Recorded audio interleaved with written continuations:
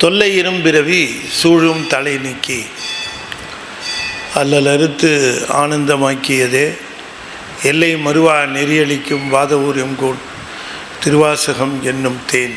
திருச்சிற்றம்பலம்.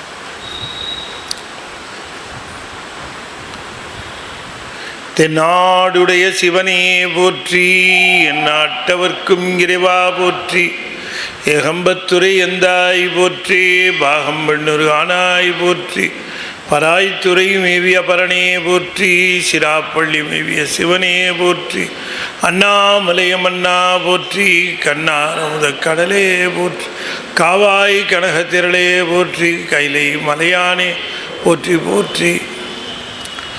வெற்றிவேல் முருகனுக்கு அரோகரா. திருச்சிற்றம்பலம்.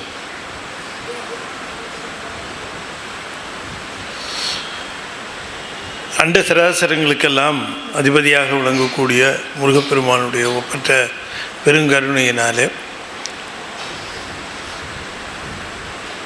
அருள்மிகு கமல விநாயகர் சத்சங்கம் மிகச்சிறப்பாக ஏற்பாடு செய்து நிகழ்த்தி கொண்டிருக்கக்கூடிய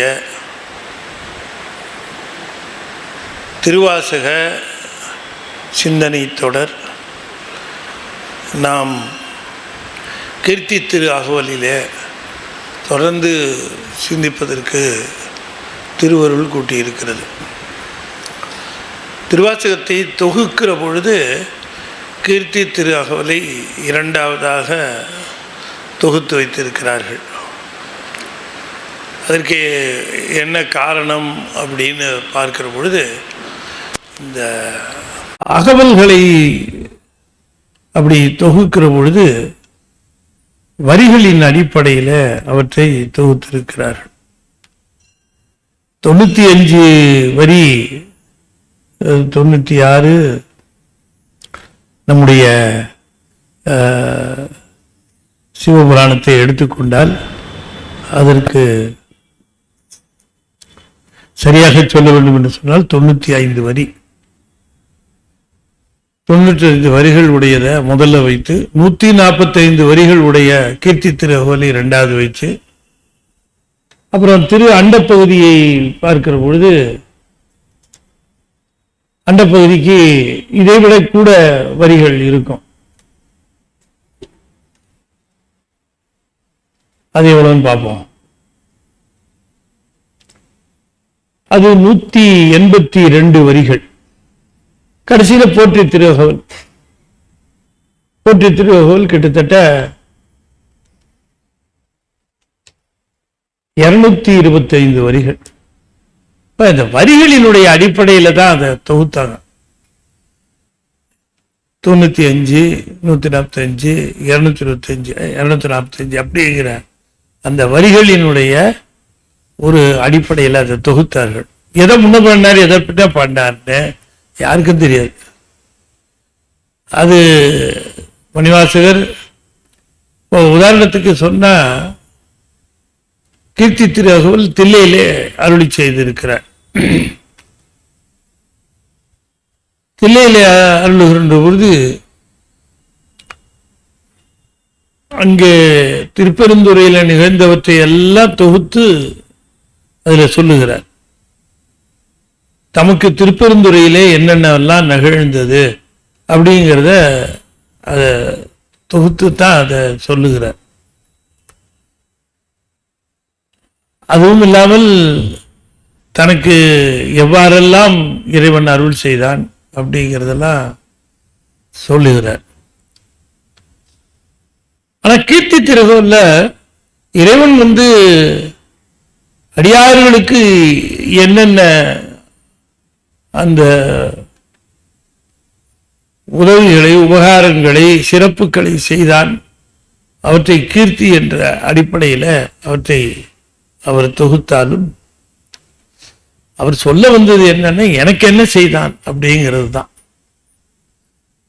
எனக்கு என்ன செய்தார் அப்படின்னு சொல்ல வருகிற பொழுது தன்னை பற்றி மட்டுமே சொல்லிவிட்டு போகாமல் எல்லாருக்கும் செய்ததை சொன்னா, அவரு சிவபெருமான் ஏதோ மணிவாசகருக்கு மட்டும் தனியா செய்தார்னு நீங்க நினைக்க வேண்டாம்.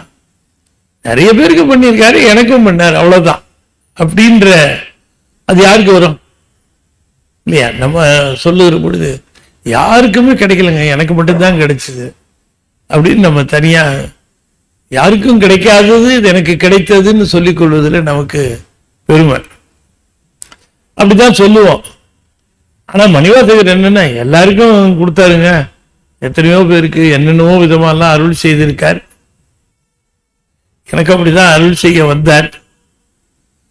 அருள் செய்ய வந்தவர் அதை முழுசா செஞ்சாரான்னு தெரியலன்ட்டார். அருள் செய்ய வந்தார், என்னவோ தெரியல. அப்படி அருள் செய்ய வந்த பெருமானுக்கு என்ன தோன்றிட்டோ தெரியவில்லை இல்லையா? நமக்கு மணிவாசகர் கடைசியில் அத ஒரு சாதாரணமா சொன்ன மாதிரி நமக்கு தெரியலாம். அதை சொல்லுகிற பொழுது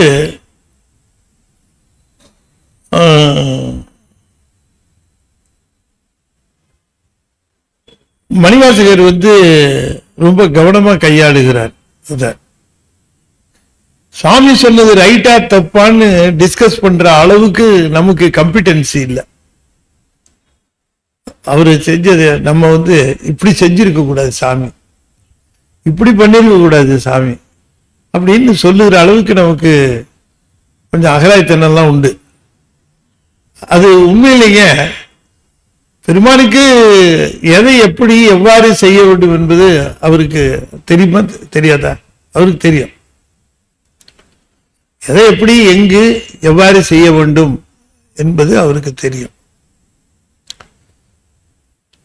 மொத்தமா நம்ம புரிந்து கொள்ள வேண்டியது என்னன்னா, அவரு நமக்கு நல்லதுதான் செய்வார் அப்படிங்கிற அந்த அடிப்படையான அந்த கருத்து. நமக்கு அது துன்பத்தை விளைவிக்கிறது. துன்பத்தை விளைவித்தாலும் கூட சுவாமி ஏதோ காரணம் பற்றி அதை செய்திருக்கிறார் அப்படின்னு தெரிந்து கொள்வதற்குரிய அந்த பக்குவம் இருக்கிறது. அதுதான் நமக்கு அவசியமா வேண்டப்படுகின்ற ஒன்று. நாம ஒண்ணு வேண்டி நிற்கிறோம்னு வச்சுக்குவோமே, உதாரணமா நம்ம ஒண்ணு கேட்கிறோம் சாமிகிட்ட, இது மாதிரி செஞ்சா நல்லா இருக்கும் சாமின்னு கேட்கிறோம். அத ரொம்ப அழகா சொல்லுவாங்க, கர்த்தும் அகர்த்தும் அந்நியதா அகர்த்தும் சக்தகா அப்படின்னு சொல்லுவார்கள். அது மாதிரியே செஞ்சாலும் செய்வார், நம்ம கேட்ட மாதிரி செஞ்சாலும் செய்வார்.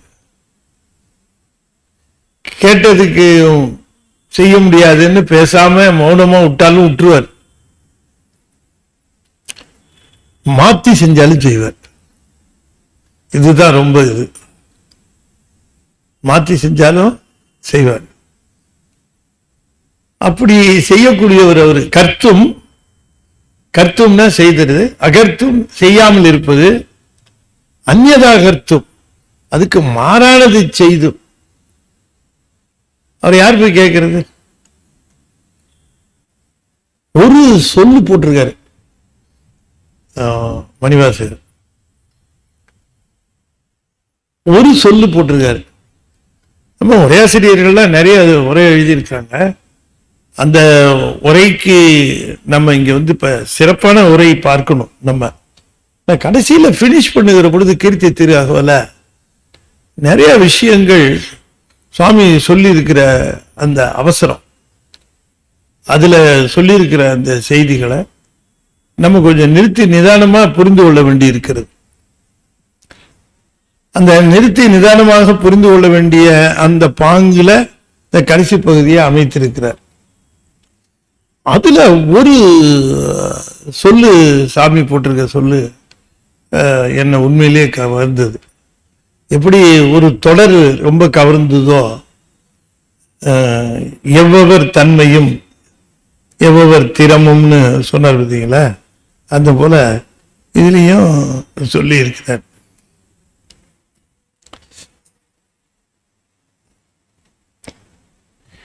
எப்பெரும் தன்மையும் எவ்வவர் திறமும் அப்படின்னு சொல்லுகிறார். நம்ம சுற்றி பார்க்கிற பொழுதே நமக்கு நம்ம விட சாமர்த்தியமானவர்கள் நம்ம பார்க்கிறோம். நம்ம விட அறிவுடையவர்களை பார்க்கிறோம், நம்ம சுத்தி பார்க்கிறோம். என்ன நம்ம ஒத்துக்கிறது இல்லையே தவிர, ஆனா உண்மையிலே இருக்கிறாங்க. நம்மளை சுத்தி நம்ம விட புத்திசாலியாகவும் நம்ம விட ஷ்ரூடாகவும் ஷார்ப்பாகவும் இருக்கிறத நம்ம பார்க்கிறோம். உண்மைதான், அது ஒன்றும் இல்லைன்னு சொல்றதுக்கு இல்லை. அப்படி இருக்கிற பொழுது நமக்கு தெளிவா தெரிகிறது, பெருமாள் எல்லாருக்கும் ஒன்று போல தருவதில்லை அப்படிங்கிறது தெரியுது. ஒன்று போல தருவதில்லைன்னு சொன்னோன்னா அவருக்கு அந்த பயசிங் இருக்கா அப்படின்னு, அவருக்கு ஒருத்தர் வேண்டியவர் வேண்டாதவர் உண்டா அப்படின்னு நம்ம டவுட் பண்ணக்கூடாது. அந்த ஐயம் தான் வரக்கூடாது. தருவாரா மாட்டாராங்கிறது கூட அந்த ஐயம் கூட வரலாம். ஆனா அவருக்கு சார்பு உண்டு என்று கருதுவது ஐயம் இருக்க, அதுதான் பெரிய தவறு. அவருக்கு வேண்டியவருங்கிறதுனால அவ்வாறு செய்தார், இவர் வேண்டாதவர் என்பதனால அவ்வாறு செய்தார் அப்படின்னு நாம நினைக்க கூடாது. இப்ப இந்த கடைசி பகுதியை நாம இங்க ஒரு தனியா சிந்திக்கிற ஒரு பகுதியாகவே வச்சுக்கிட்டோம். ஏன்னா அதுல நிறைய முதல்ல எனக்கு குழப்பங்கள் இருந்தது. நான் முதல்ல படிக்கிற பொழுது, அதற்கான உரைகளை எல்லாம் வைத்து படிக்கிற பொழுது எனக்கு கன்வின்ஸ் ஆகலை, அதாவது மன சமாதானம் ஆகலை. இந்த உரையெல்லாம் படிக்கிற பொழுது பெரியவங்கெல்லாம் எழுதியிருக்கிறாங்க உரைகள், அவங்கள பற்றி நம்ம சொல்றதுக்கெல்லாம் நமக்கு தகுதி இல்லை.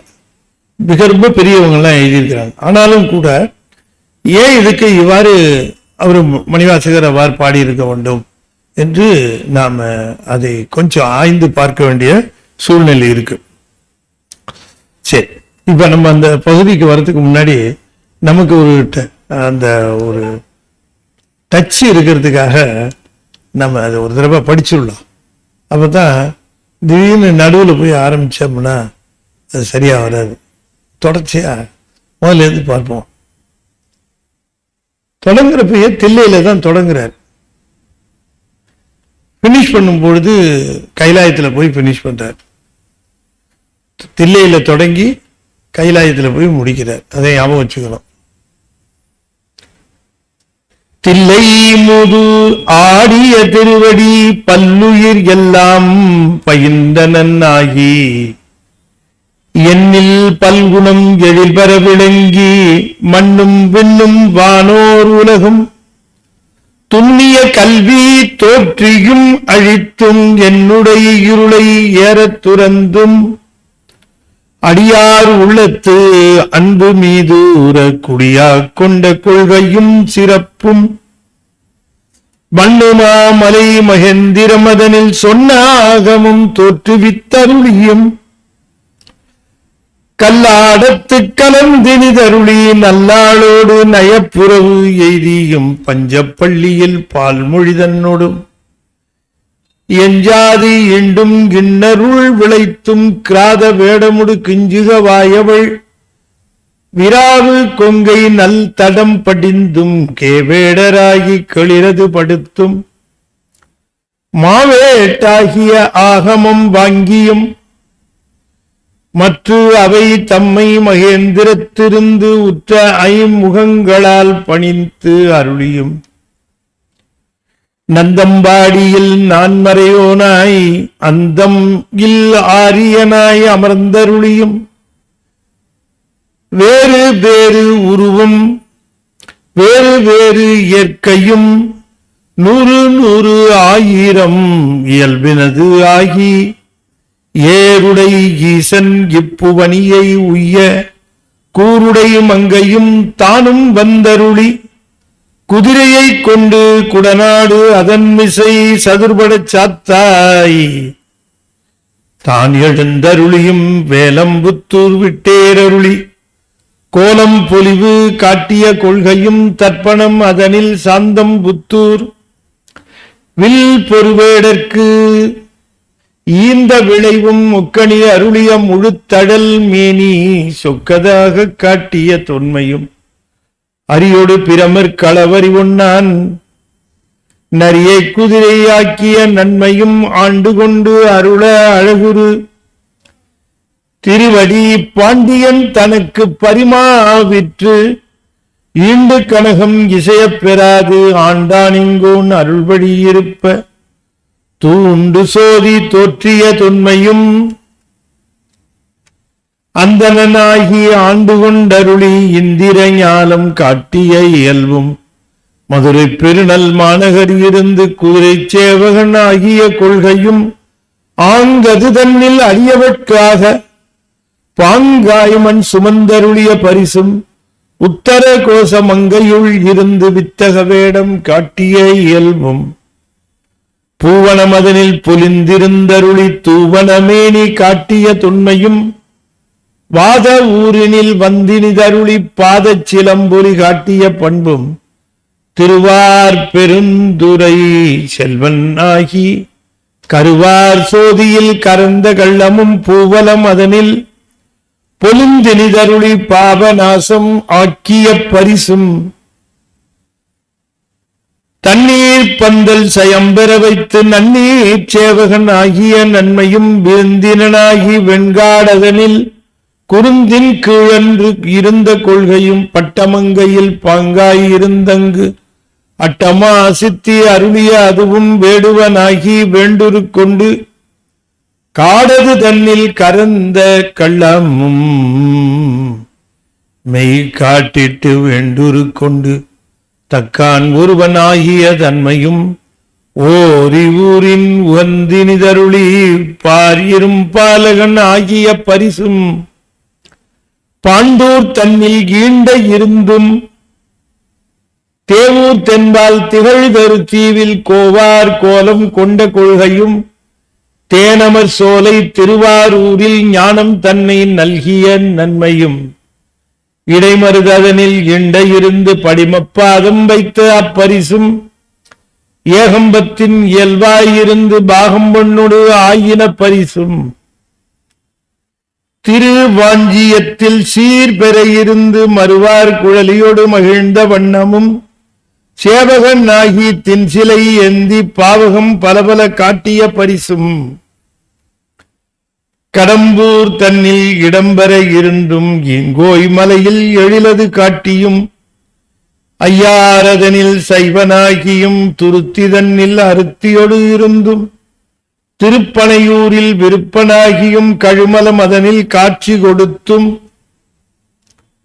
கழுக்குன்றதனில் வழுக்காதிருந்தும் புறம்பயம் அதனில் அறம்பல அருளியும் குற்றாலத்துக்குரியாயிருந்தும் அந்தமில் பெருமை அழலுரு கறந்து சுந்தர வேடத்தொரு முதல் உருவு கொண்டு இந்திர ஞானம் போல வந்தருளி எவ்வவர் தன்மையும் தன்மையின் படுத்து தானே ஆகிய தயாபரன் எம்மிரை தந்திர தீபத்து சத்திரன் ஆகி அந்தரத்து இழிந்து வந்து அழகமர் பாலையுள் சுந்தரத் தன்மையோடு துதைந்திருந்தருளியும் மந்திர மாமலை மகேந்திர வெப்பன் அந்தமில் பெருமை அருளுடைய அண்ணல் எந்தமை ஆண்ட பரிசது பகரின் ஆற்றல் அது உடைய அழகமர் திருவுரு நீற்று கோடி நிமிர்ந்து காட்டியும் ஊனம் தன்னை ஒருங்குடனருக்கும் ஆனந்தம்மே ஆரா அருளியும் அதில் கூருடை மாப்பெரும் கருணையன் நாத பெரும் பறை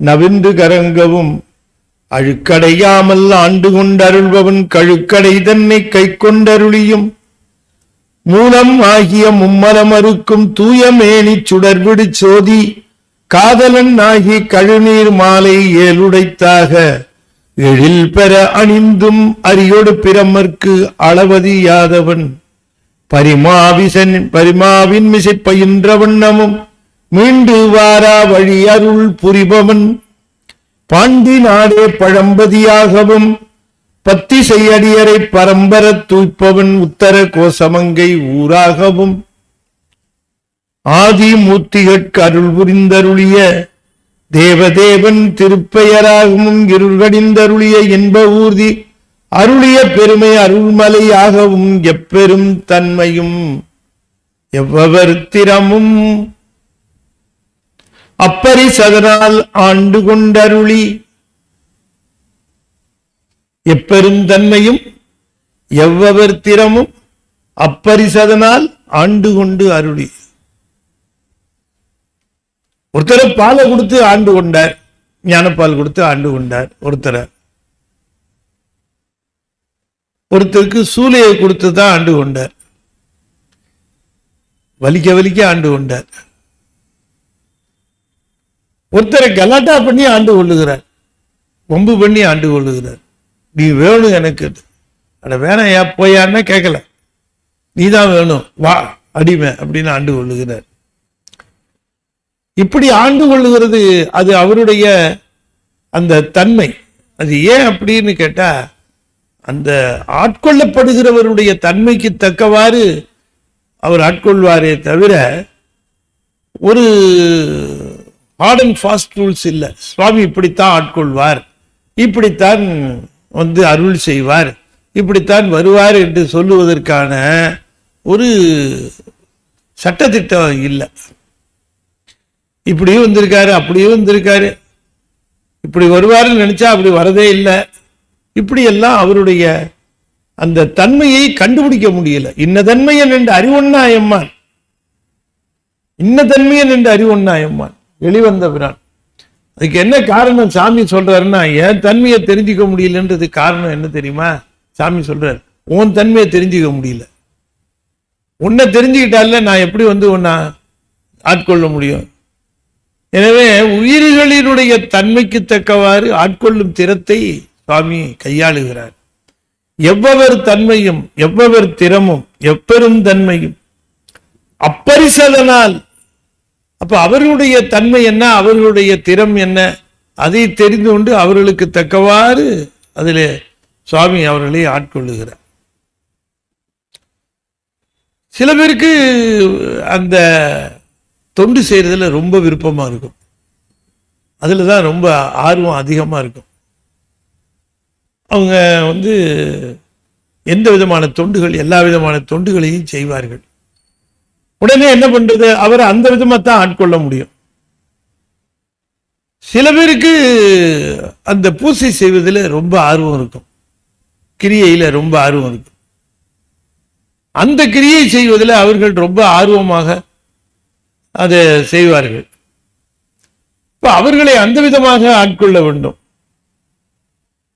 இப்படி ஒவ்வொருவருக்கு எந்த விதத்திலே எதிலே ஈடுபாடு என்று தெரிந்து அந்த விதத்திலே சென்று அவர்களை ஆட்கொள்ளுகின்றான் சிவபெருமான். அந்த இப்ப நீங்க பார்த்தீங்கன்னு சொன்னா, புல்லாங்குழல் தான் வாசிச்சார் ஆனாய நாயனார், புல்லாங்குழல் வாசிக்கிறவர் ஆனாய நாயனார். மனசுல அவ்வளவு பக்தி சிவபெருமான் மேல். நமச்சிவாயங்கிறத கூட புல்லாங்குழல்ல தான் இசைச்சார், 5 எழுத்து. அதுல அந்த 5 எழுத்தை அவரு குழல்ல அத நிறுத்தினார். அவரை கூட்டிட்டு போயிட்டாரு. நீங்க யோசனை பண்ணி பாருங்க, அவர் என்ன செய்தார்னு கொஞ்சம் யோசனை பண்ணி பார்த்தால் நமக்கு ரொம்ப வியப்பா இருக்கும். எப்பெரும் தன்மையும் எவ்வவர் திறமும் அப்பரிசதனால் ஆண்டு கொண்டு அருளி. இப்படி ஆண்டு கொள்ளுகிறவரு என்னை ஆண்டு கொள்வதற்கு என்ன முடிவு செஞ்சாருன்னு தெரியல. கூட்டிகிட்டே போயிருக்கலாம், எல்லாரையும் கூட்டிட்டு போகும்போது என்னையும் கூட்டிட்டு போற. சப்ஜெக்ட் என்னன்னு கேட்டா, மொத்த கீர்த்தி திரு அகவலினுடைய சப்ஜெக்டை இப்பதான் வருது. இது சொல்றதுக்கு தான் இவ்வளவு பீடிக்கப்பட்ட. அவங்கவுங்கள எப்படியா ஆண்டு கொண்டாரு, என்னை பாதி ஆண்டு கொண்டு தில்லைக்கு வாண்டார். பாதி ஆண்டு கொண்டார், தீட்சையெல்லாம் கொடுத்தார். இப்ப இதெல்லாம் கொடுத்தா கூட்டிட்டு போக போறாருன்னு தானே அர்த்தம் இல்லைங்களா? பாஸ்போர்ட் எடுத்துட்டு, விசா எடுத்துட்டு, டிக்கெட்லாம் எடுத்துட்டு நீ அடுத்த வருஷம் வான்னு சொல்லிட்டு போன அப்படி இருக்கு. எல்லாம் எடுத்ததுக்கு அப்புறம் ஏன் கூட்டு போல? எல்லாமே முடிஞ்சிருச்சு அப்படின்னு கண்ணு காட்ட வேண்டியது தானே, போயிட வேண்டியது தானே. ஆனா கூப்பிடல. அதுக்குத்தான் அதை சொன்னார், என்னை ஆட்கொள்ளுகிற திறன் எனக்கு தெரியாது, அவருக்குத்தான் தெரியும். எப்பெரும் தன்மையும் எவ்வவர் திறமும் அப்பரிசதனால் ஆண்டு கொண்டு அருளி அப்படிங்கிறதுக்கு உதாரணமே நான் தான் நிக்கிறேன். நாயினேனை நலமலி தில்லையுள் கோலமாத்தரு பொதுவினில் வருக என ஏல என்னை இங்கு ஒழித்தருளி அன்றுடன் சென்ற அருள் பெருமடியவர் ஒன்ற ஒன்ற உடன் கலந்தருளியும். இப்ப நாம அந்த திருப்பெருந்துறை காட்சியை நம்ம கொஞ்சம் சிந்திக்க வேண்டியிருக்கு, அதை கற்பனை பண்ணி பார்க்க வேண்டியிருக்கு. கற்பனை தான் பண்றோம் நம்ம காட்சியை. இவரு அந்த திருப்பெருந்துறை கோயிலுக்கு போகிறார். அங்கே குருந்த மரத்தடியிலே அமர்ந்திருக்கக்கூடிய பெருமானை பார்க்கிறார். அவர் சிவபெருமான் தான் என்று உணர்ந்து கொள்ளுகிறார். அவர் இவரை வா என்று அழைக்கிறார். அதற்கு பிறகு அவருக்கு பல்வேறு அருள் நிலைகளை தருகிறார். அவற்றை தீட்சைன்னு சொல்லலாம். 5 எழுத்து கொடுக்கிறார். சிவாய நம அப்படின்னு கொடுக்கிறார். தண்ணீர் அளித்தருளி திருநீர் கொடுக்கிறார். பிறகு நயன தீட்சை செய்கிறார். பிறகு ஸ்பரிச தீட்சை செய்கிறார். இவ்வளவும் செய்கிறார். இணையார் திருவடி தலைமேல் வைத்தலுமே துணையான சுற்றங்கள் அத்தனையும் துறந்தொழிந்தேன், அதையும் செய்கிறார். இவ்வளத்தையும் செய்கிறார். இத்தனையும் செய்து முடித்த பிறகு ஒருவருக்கு என்ன நினைப்பு வரும்? சாமி நமக்கு தீட்சை கொடுத்து நம்ம ஏற்றுக்கொண்டார் அப்படின்னு சொன்னா, தீட்சை கொடுத்து ஏற்றுக்கொண்ட பிறகு பொதுவாக தீட்சை கொடுத்து ஏற்ற பிறகு சீடன் குருவை பிரிவதில்லை. இப்ப சீடன் குருவை தீட்சை வாங்கிய பிறகு ஒரு நொடி கூட குருவை விட்டு சீடன் பிரியக்கூடாது, கூடவே இருக்கணும். நீங்க அந்த வரலாறுலாம் பார்க்கலாம். ரொம்ப இந்த சிறப்பாக இந்த குருவோடு இருந்து குருவானவர் தகுந்த தருடம் பார்த்து சீடனை அவரா அனுப்பி வைப்பார். குமரகுருபரரை அப்படித்தான் அனுப்பிச்சு வச்சார் காசிக்கு. நம்ம தர்மயாதீனம் போயிட்டு வா அப்படின்ட்டார். சாமி உங்களை விட்டு பிரிஞ்சு நான் எப்படி போவேன்னு கேட்கிறாரு அவர். நான் எங்க நீ பிரியிறேன்ன, நான் தான் கூடவே வரேன அப்படின்னாரு. சாமி உடனே சொன்னாரு, நான் எங்க பிரியிறேன், நான் தான் உன் கூடவே வரேன்னு, நீ காசிக்கு போன கூடவே தான் வருவேன் போ அப்படின்னு. அதுக்கு மேல ஒன்றும் பேச முடியல அவரால். என்ன காசிக்கு அவர் போகிறார். கமலஞான பிரகாசர் என்ன பண்றாரு? ஒரு நொடி கூட அவரை விட்டு பிரியல. சீடர் கூடவே அவர்களுக்கு பிரிய அந்த மனசு வராது. அந்த தீட்சையை பெற்ற பிறகு நீ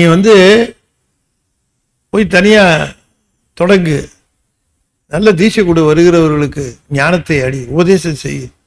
சாமி உங்களை விட்டுட்டு நான் எப்படி போவேன், கூடவே இருப்பேன் போ என்று சொல்லி அனுப்பி வைக்கிறேன்.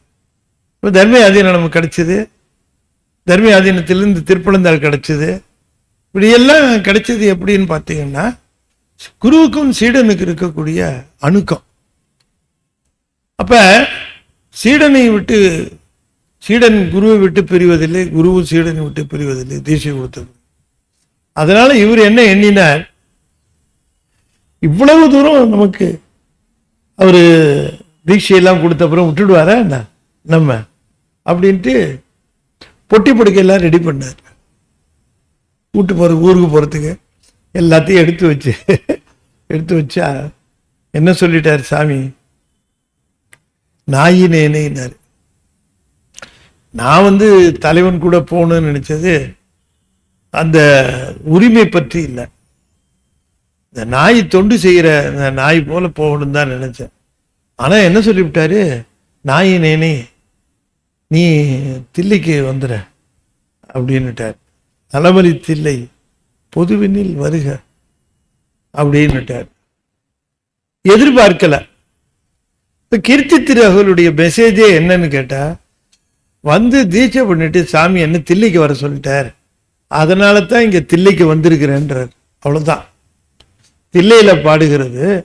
நான் ஏன் தில்லைக்கு வந்தேன்னா சுவாமி எங்க என்ன தில்லைக்கு போன்னு சொன்னாரு அப்படிங்கிறது தான் மெசேஜ். அதுக்கு கீர்த்தி திருவாரூர் அருளி செய்திருக்கிறேன். மெசேஜ் வந்து என்ன, நீ தில்லைக்கு போ அப்படின்னு அருளினார். கோலமார்த்தரு பொதுவினில் வருக என நான் நீ கூட சொன்னேன், இந்த வருகன்னு சொன்னார் அப்படின்னா நானும் போவேன், நீ வந்துருங்க அப்படிங்கிற அந்த பொருளை சொன்னார். அதுவும் இல்லாம அந்த பொதுவை பற்றி கோலமார் தரு, கோலமார் பொது, அது கோலமார் தரு பொது, அது சிறப்பான இடம், உனக்கு ரொம்ப சிறப்பான இடம். சாமி சொன்னாராம், இந்த இடம் பொது ரொம்ப சிறப்பான இடம், அங்க வந்துரு அப்படின்னாராம். கோலமார்த்தரு பொதுவினில் வருக என என்னை இங்கு நிறைய எங்க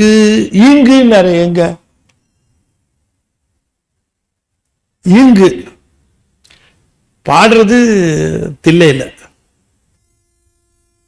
இங்குன்னாரு பாடுறது தில்லையில. நல்ல கவனமாக கேட்கும். தில்லையில தான் பண்ணார். அதனாலதான் முதல்ல தொடங்கும் போது தில்லை மூதூர் ஆடிய திருவடி பல்லுயிர் எல்லாம் பயின்றனாகின்னு தொடங்குறார். பாடுறது எங்க, தில்லையில. அப்படி தில்லையில பாடுகிறவர், திருப்பெருந்துறையில நடந்ததை சொல்லுகிறவர். இது நடந்தது திருப்பெருந்துறையில தானே. திருப்பெருந்துறையில எல்லா விதமான தீட்சையும் கொடுத்து விட்டு, நீ திருப்பெருந்துறையில என்னை விட்டுட்டு நீ தில்லைக்கு வா அப்படின்னு என்னை திருப்பெருந்துறையிலேயே விட்டுட்டாருன்னு தான் சொல்லணும். பெருந்துறையிலேயே விட்டுட்டாருன்னு. ஈங்குன்னார். ஈங்குன்னா இங்கேயே விட்டுட்டு போயிட்டார் அப்படின்னு. இங்கேயே என்ன, தில்லையில ஈங்குன்றது தில்லையில பாடிக்கொண்டு இருக்கிறதுனால ஈங்குங்கிறது தில்லையத்தானே குறிக்கும் இல்லையா. நான் இங்க வந்து 10-15 நாள் ஆச்சுங்கன்னு சொன்னேன்னா நான் எந்த இடத்துக்கு வந்திருக்கிறேன்னா அந்த ஊரைத்தானே குறிக்கிறேன்னு அர்த்தம். சென்னைக்கு போன வாரம் தான் வந்து சேர்ந்தேன், இங்க வந்து நான் 10-15 நாள் ஆச்சு அப்படின்னா இங்கேங்கிறது எதை குறிக்கும், கிளம்புன ஊரையா குறிக்கும், இந்த ஊரை தானே குறிக்கும். இங்க 10-15 நாள் ஆச்சுன்னா இந்த இடத்த தான் குறிக்கும். இங்க இப்ப ஈங்குங்கிறது தில்லையை குறிக்குமானா இல்ல. அவர் சொன்னாரு ஈங்குங்கிறதுக்கு என்ன பொருள் அப்படின்னு கேட்டா, நாயினேனை நலமலி தில்லையுள் கோலமார்த்தரு பொதுவினில் வருக என என்னை இங்கு ஒழித்து அருளி. என்னை ஈங்குன்னா இந்த உலகத்திலேயே விட்டு விட்டாருன்னாரு. ஏன்னா அவர் எதிர்பார்த்தது வேற உலகத்துக்கு கூட்டு போவாருன்ட்டு, சிவலோகத்துக்கு அழிச்சிட்டு போவாருன்னு எதிர்பார்த்தார். இப்ப சிவலோகத்துக்கு அழிச்சிட்டு போவாருன்னு எதிர்பார்த்தவருக்கு திருப்பெருந்துறையும் ஒண்ணுதான், சிதம்பரமும் ஒண்ணுதான் இல்லையா. என்னை கூட்டு போக வேண்டிய இடம் சிவலோகம், அங்கதான் கூட்டு போவாருன்னு நினைச்சிட்டு இருந்தா நீ தில்லைக்கு வான்னு சொன்னார். இங்கே விட்டு போயிட்டாரு. அப்படின்னா இங்கேயேங்கிறது இந்த நில உலகத்தை இங்கேயே விட்டுட்டார். இங்க விட்டுட்டு என்னை ஒழித்தருளி, என்ன விட்டுட்டார், என்னை ஒழித்தருளி. என்னை ஒழித்தருளின்னு சொல்லியிருக்க வேண்டாம், என்னை விட்டுட்டுன்னு சொல்லிருக்கலாம். என்னை ஒழித்தருளின்னு சொன்னதுக்கு என்ன காரணம்னு பின்னால காரணம் சொல்லுகிறார். என்னை இங்கு ஒழித்தருளி, என்னை இங்கே விட்டுட்டு போயிட்டார். ஒருத்தர் எனக்கு மலேசியாவிலிருந்து ஒரு அன்பர் கேட்டிருந்தார், ஒரு விஷயம் கேட்டிருந்தார். அதாவது ஒரு சன்னிதானம், நான் எந்த சன்னிதானம் சொல்ல, ஒரு சன்னிதானம் ஒரு செய்த விஷயத்தை எடுத்து சொல்லி, இந்த விஷயம் இது சரியா, இது இப்படி செய்யலாமா, இது இப்படி அப்படின்னு அது கேட்டிருந்தார். அப்ப அவருக்கு நான் என்ன பதில் சொன்னேன்னா, நம்முடைய விமர்சனத்திற்கு அப்பாற்பட்டவை சன்னிதானங்கள் அப்படின்னு பதில் சொல்றேன். நம்முடைய விமர்சனத்திற்கு அப்பாற்பட்டவர்கள் சன்னிதானம். சாதாரணவர்களை நம்ம விமர்சிக்கிறது போல சன்னிதானங்களை விமர்சிக்க முடியும். அவன் செஞ்சது ரைட்டா தப்பா அப்படியெல்லாம் போய் நம்ம விமர்சிக்க முடியாது. குரு என்ன செய்கிறாரோ அது அத்தனையும் சீடனுக்கு சரிதான். குரு சரியா செஞ்சாரா தப்பா செஞ்சாரான்னு யோசிக்க முடியாது. குரு என்ன செய்கிறாரோ அது சரிதான், அப்படித்தான். அப்ப இங்க என்னை விட்டுட்டு நீ இங்க விட்டுட்டு தில்லைக்கு வான்னு சொல்லிட்டு போயிட்டார். இப்ப தில்லைக்கு வான்னு என்னை இங்க விட்டுட்டு போயிட்டாருங்கும் போதே தெரியுது இங்குங்கிறது திருப்பெருந்துறைன்னு. ஆனாலும் கூட என்னை இங்க விட்டுட்டு தில்லைக்கு வான்னு சொல்லிட்டு போயிட்டாருன்னா ஈங்குங்கிறது எதை குறிக்குது?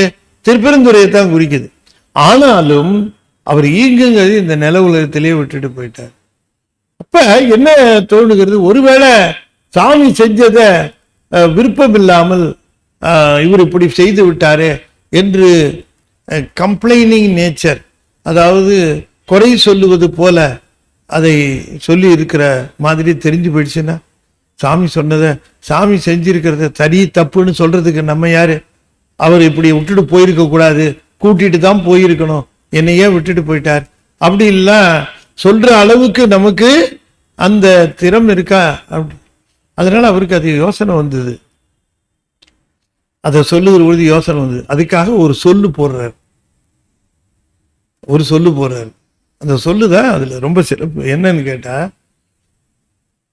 நாயினேனை நலமலி தில்லையில் உள் கோலமார்த்தரு பொதுவினில் வருக என என்னை இங்கு ஒழித்தருளி. திரும்ப படிக்கிறேன். நாயினேனை நலமலி தில்லையுள் கோலமார்த்தரு பொதுவினில் வருக என என்னை இங்கு ஒழித்தருளி.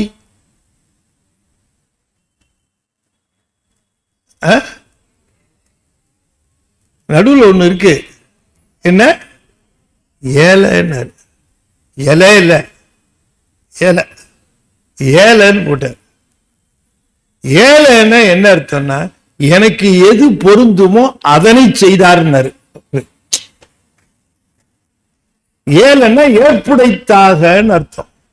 என்னை இங்கு ஒழித்தருளின்னு சொன்னவரு அடுத்தது சொல்லுகிறார், சாமி செஞ்சா ஏற்புடைத்தாதான் இருக்கும். எனக்கு அதுதான் பொருத்தம் போல இருக்கு, எவ்வளவு தன்மையும் எப்பெரும் திறமும். அதனால ஏழைன்னாரு. ஏழைன்னு சொல்றது ஏற்ப, எனக்கு ஏற்ப. எனக்கு இன்னும் கொஞ்சம் வென பாக்கி இருக்கா, இல்ல இன்னும் பக்குவம் முழுசாகலையா, என்ன காரணம்னு தெரியல, ஏற்பவே செய்தார். அவர் செய்ததுல நம்ம குறை சொல்லவும் முடியாது. பெரியவங்க எப்பவுமே சிவனிந்தை செய்தல் கூடாது, சிவனை நிந்தை செய்தல் என்பது திட்டுறது கிடையாது. சாமி ஏன் இப்படி செஞ்சான்னு கேட்கறது கூட சிவனிந்தை தான். இவ்வாறு செய்திருக்க வேண்டாமே, இவ்வாறு எனக்கு கொடுத்திருக்க வேண்டாம் என்று இப்படி நினைக்கிறது கூட சிவனிந்தை. ஆகையினாலே பெருமானுடைய எல்லா விதமான முடிவுகளையும் ஏற்பேன் என்று நிற்கிறது இருக்க, அவர் எல்லா விதமான முடிவுகளையும், அவருடைய முடிவுகளை நான் ஏற்பேன் என்பதுதான் அடைக்கலம். அடைக்கலங்கிறது என்ன? நான் பெருமானிடம் அடைக்கலம் பூந்து விட்டேன்னு சொல்லிட்டு அவர் செய்யறதுக்கெல்லாம் கமெண்ட் அடிச்சுட்டு இருந்தேன்னு வச்சுங்க. அவர் சொல்றது செய்யறதெல்லாம் இது சரியில்லை, அது சரியில்லை, இது இப்படி செய்திருக்கலாம், அது அப்படி செய்திருக்கலாம் அப்படின்னு சொன்னா அதுக்கு பேர் அடைக்கலம்னு பேரு. வேலை கத்துக்கிறவன், வேலை சொல்லி தரவன்ட்ட ஃபுல்லா சரண்டர் அடைஞ்சிடணும், அப்பதான் வேலை கத்துக்க முடியும். என்ன நீங்க சொல்றீங்க? இவன் வேலை கத்துக்க வந்திருக்கிறவன், அண்ணா அந்த ஸ்பேனர் ஏன் அப்படி போடுறீங்க, இப்படி போடலாமே, நீ நாளையில இருந்து வேற வேலை பார்த்து கேட்டுருவான் இல்லையா? அப்ப நம்ம ஏற்புடைத்தாகன்னாரு. எனக்கு எது ஏற்கும்னு எனக்கு தெரியாது, பெருமானுக்கு தெரியும். எனக்கு எது சிறப்பு என்று எனக்கு தெரியாது, என்னை விட எங்கள் பெருமான் சிவபெருமானுக்குத்தான் தெரியும் எனக்கு எது சிறப்பு என்பது. இந்த நம்பிக்கையோட போய் அவர் கூட இருக்கிறது தான் அடைக்கலம்னு பேரு. அடைக்கலங்கிறது அதுதான். அடைக்கலம் புகுந்த பிறகு அதுல மாறி மாறி பேசுறதுல பயன் இல்லை. என்ன என்னை ஈங்கு ஒழித்தருளின்னா அப்ப மத்தவங்க இருந்திருக்காங்க போல இருக்காங்க. இப்பதான் நமக்கு தெரிகிறது, மணிவாசகர் அங்கு வருவது எதிர்பார்த்தது போல பலரும் அங்கே வந்திருக்கிறார்கள் பெருமானோடு ஒன்றுபடுவதற்கு. மணிவாசகர் மட்டும் நில உலகத்திலிருந்து வந்தது போல மற்றும் பலரும் அங்கே வந்திருக்கிறார்கள். அந்த பலருக்கும் என்னென்ன அங்கு நிகழ்ந்ததுங்கிறத இதுல குறிப்பிடுகிறார். பெருமான் என்னென்ன செய்தார் என்று குறிப்பிடுகிறார். அதுதான் இதுல ரொம்ப முக்கியமானது. என்ன மட்டும் தான் சொன்னார், நீ தில்லைக்கு வான்னு சொல்லிவிட்டார். சொல்லிவிட்டு சுவாமி அடுத்ததா என்ன செய்தார் அப்படின்னு சொன்ன உடனேயே, அன்று உடன் சென்ற அருள் பெரும் அடியவர் ஒன்று ஒன்ற உடன் கலந்தருளியும். இது முதல். இது அப்ப அங்கு நிறைய அடியார்கள் இருந்தார்கள். அதுல ஒரு பகுதியினர் மட்டும் சுவாமியோடு ஒன்றரை கலந்து அவர் உடன் போனார்கள். அவர்கள்லாம் கலக்கிற வரைக்கும் சுவாமி காத்திருந்தார். அவர்கள் கலந்தார்கள். அப்ப சுவாமியோடு ஒன்றி போவதற்குரிய பக்குவம் பெற்றவர்கள் அங்கே வரப்பெற்றிருக்கு. நமக்கு நல்லா தெரியுது. அது இப்ப கவர்மெண்ட்லாம் ஒரு கேம்ப் இது வைக்கிறான்ல, முகாம், சிறப்பு முகாம் அப்படின்னு வைக்கிறான். வாக்காளர் பட்டியல் திருத்தம் சிறப்பு முகாம். உடனே போய் நம்ம அங்கேயே அந்த சிறப்பு முகாம்ல திருத்திக்கலாம், மாத்திக்கலாம். இல்லை, அது போல திருப்பெருந்துறையில் ஒரு சிறப்பு முகாம் வைத்திருக்கிறார் சாமி. அப்படி சிறப்பு முகாம் வைத்து அந்த முகாம்ல பல அடியவர்கள் போய் சாமியா பார்த்திருக்கிறார்கள். இவரை வர சொன்னது போலவே பலரும் அங்கே வந்திருக்கிறார்கள். சுவாமி அழைத்துத்தான் மணிவாசகர் அங்கே போனாரே தவிர மணிவாசகராக அங்கு போனார் என்று நாம சொல்லக்கூடாது. சுவாமி அழைக்க அங்க போனார். மணிவாசகர் தானா போக முடியாது. இது உண்மை.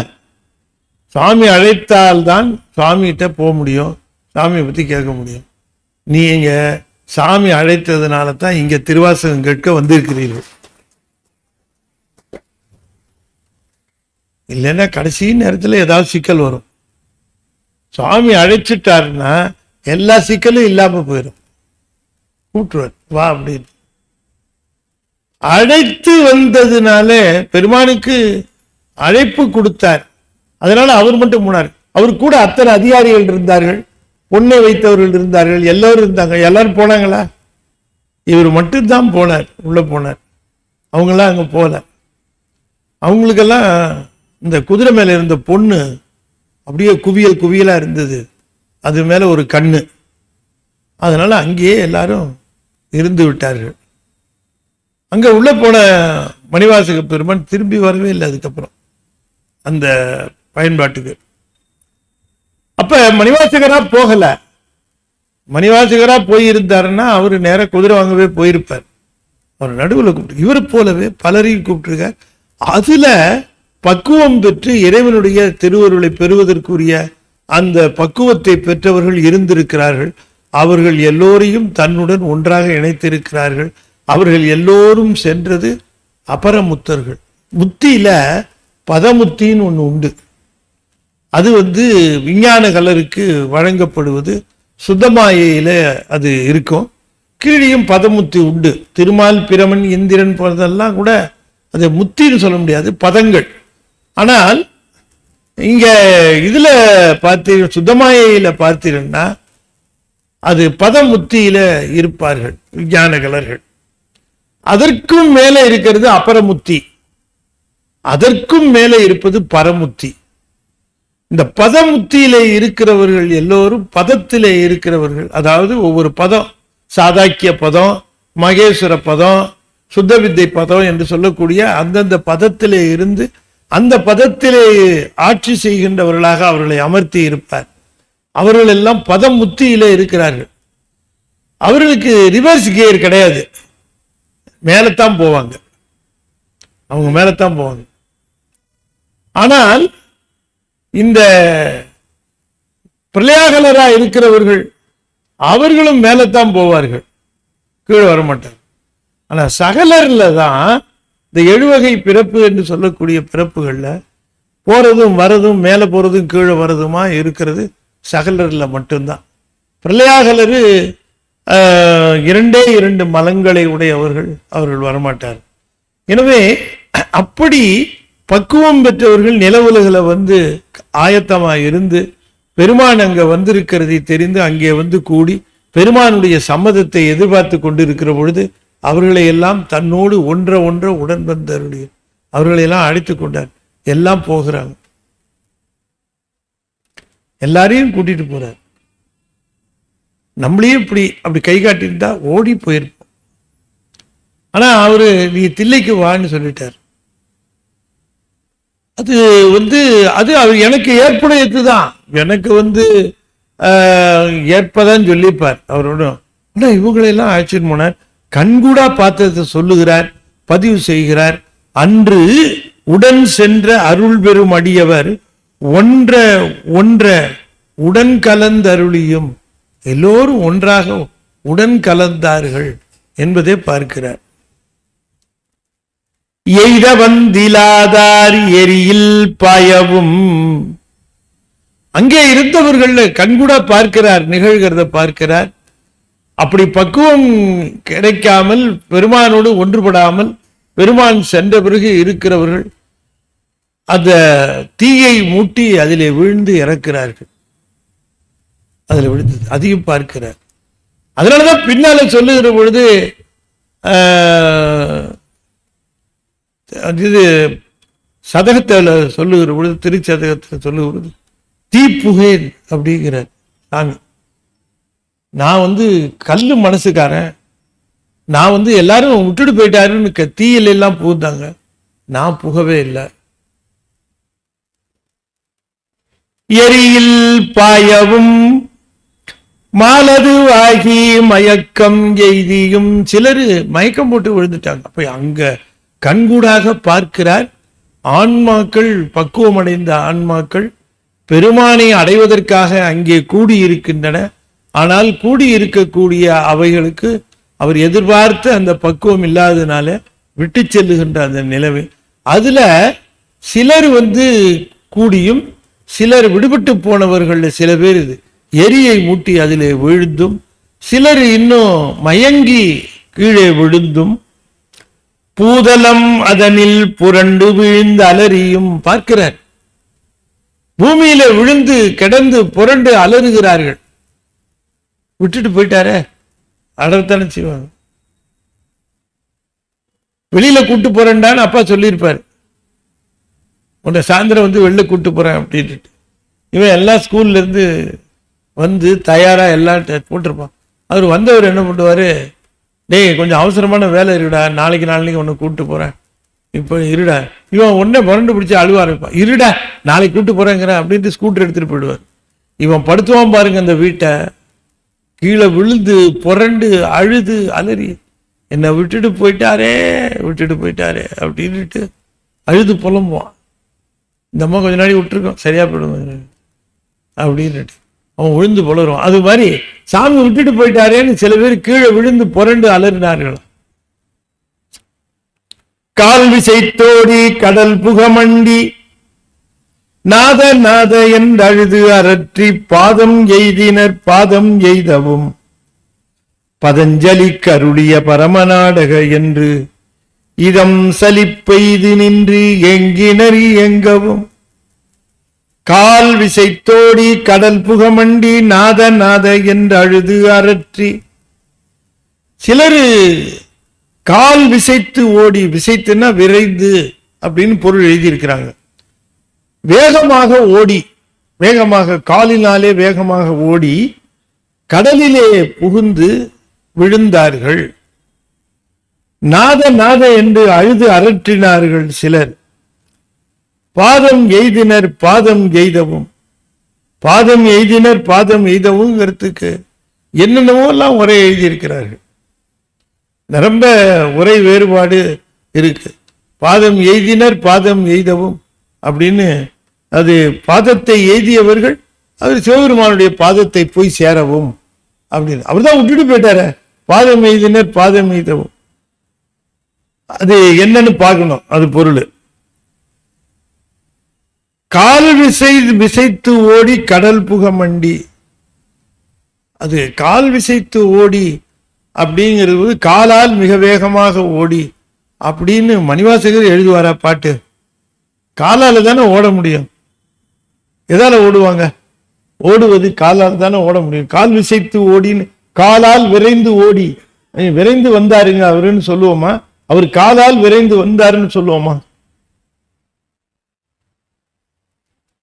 அது எப்படி சொல்லுவோம்? நீங்க சொல்லுங்க. கலை கால் விசைத்து ஓடி, காலால் விரைந்து ஓடி, அது நமக்கு ஏனோ இடியுது. அது ரெண்டாவது கடல் புக மண்டி. எங்க இருக்கு கடல்? திருப்பெருந்துறையில இருக்கிறார். அங்க நிகழ்கிறது. இந்த நிகழ்வெல்லாம் அவருக்கு பிரத்யேகமாக இந்த நிகழ்வை நமக்கு படம் பிடிச்சு காட்டுகிறார். என்ன நிகழ்ந்தது என்று காட்டுகிறார். கடல் புக மண்டி என்று சொல்லுகிற பொழுது திருப்பெருந்துறையிலேயே இருக்கிற நம்முடைய மணிவாசக பெருமான் இவர்கள் கடல்ல போய் புகுந்ததை எப்படி பார்த்திருக்க முடியும்? இல்லைங்களா? அப்ப கால் விசைத்தோடி கடல் புக மண்டி அப்படின்னு சொல்லுகிற பொழுது வேற ஏதோ ஒரு விஷயம் இருக்கு. நாம அதை புரிந்து கொள்ள வேண்டும். சிலர் எரிமுட்டி விழுந்தார்கள், சில பேர் மயக்கமுற்றார்கள், சில பேர் புரண்டு விழுந்து அலறினார்கள், சில பேர் என்ன செய்தார்கள்? கால் விசைத்து ஓடி. அப்படின்னா கால் என்பது மூச்சு காற்று. காற்று அந்த காற்றானது வேகமாக ஓட பெருமூச்சு எரிந்து கடல் புக மண்டினா துன்பக் கடலில் புகுந்தார்கள். அப்படிதான் அதுக்கு பொருள் சொல்லணும். கால் விசைத்தோடி கடல் புக மண்டின்னா துன்பக் கடலுக்குள் புகுந்தார்கள். எதனால? என்ன? பெருமூச்சு எரிந்து, மூச்சு பெருமூச்சு, ஐயோ விட்டு போயிட்டாரு அப்படின்னுட்டு. நாத நாத என்று அழுது அரற்றி பாதம் எய்தினர் பாதம் எய்தவும். நாதா நாதா பெருமானே தலைவனே என்று அழுது அரற்றி சில பேர் என்ன செய்தார்கள்? பாதம் எய்தினர் பாதம் எய்தவும். அது என்ன பொருள் அப்படின்னு கேட்டா, பாதம் எய்தினர் அப்படிங்கிறது ஏற்கனவே திருவருள் பெற்றவர்களுடைய அந்த திருவடியை பற்றிய அடியார்களை போய் சேர்ந்து தொண்டு செய்ய ஆரம்பித்தார்கள். பாதம் எய்தினர்னா அடியார்கள், அவர்கள் திருப்பாதம் எய்தியவர்கள். அவருடைய பாதத்தை சாமியை எப்படியாவது கொண்டு போய் என்னை சேர்த்திருங்க என்று அந்த அடியாருக்கு அடியாராக போயினர். அதான் பாதம் எய்தினர்ங்கிறவர்கள் அடியார்கள், அவர்களுடைய பாதத்தை எய்தி. அப்பதான் பொருள் சரியா வரும். இப்ப நமக்கு ஒரு டவுட் வருது. கால் விசைத்தோடி கடல் புகமண்டி நாத நாத என்று அழுது அரற்றி பாதம் எய்தினர் பாதம் எய்தவும் பதஞ்சலி கருளிய பரமநாடக என்று இதம் சலிப்பு எய்த நின்று எங்கினர் எங்கவும். பதஞ்சலிக்கு அருள் செய்த பெருமானே, பரம நாடகனே, திருக்கூத்து புரிகின்றவனே என்று சொல்லி மனமானது இதம் நீங்கு சலிப்பெய்தி இவ்வளவு தூரம் வந்தோம், இவ்வளவு கடைசியில சுவாமிகிட்ட சேர முடியவில்லையே என்று ஏங்கினர் ஏங்கவும் என்று ஏங்கியவர்கள் ஏங்கிக் கொண்டிருக்கவும். இப்படி எல்லாம் நடந்திருக்கு. அதை பார்த்திருக்கார். இப்ப நமக்கு ஒரு சந்தேகம் வருகிறது. கால் விசைத்தோடி கடல் புகமண்டிங்கிறத பெருமூச்சு எறிந்து துன்பக்கடலில் புகுந்துன்னு போட்டிருக்கலாம்.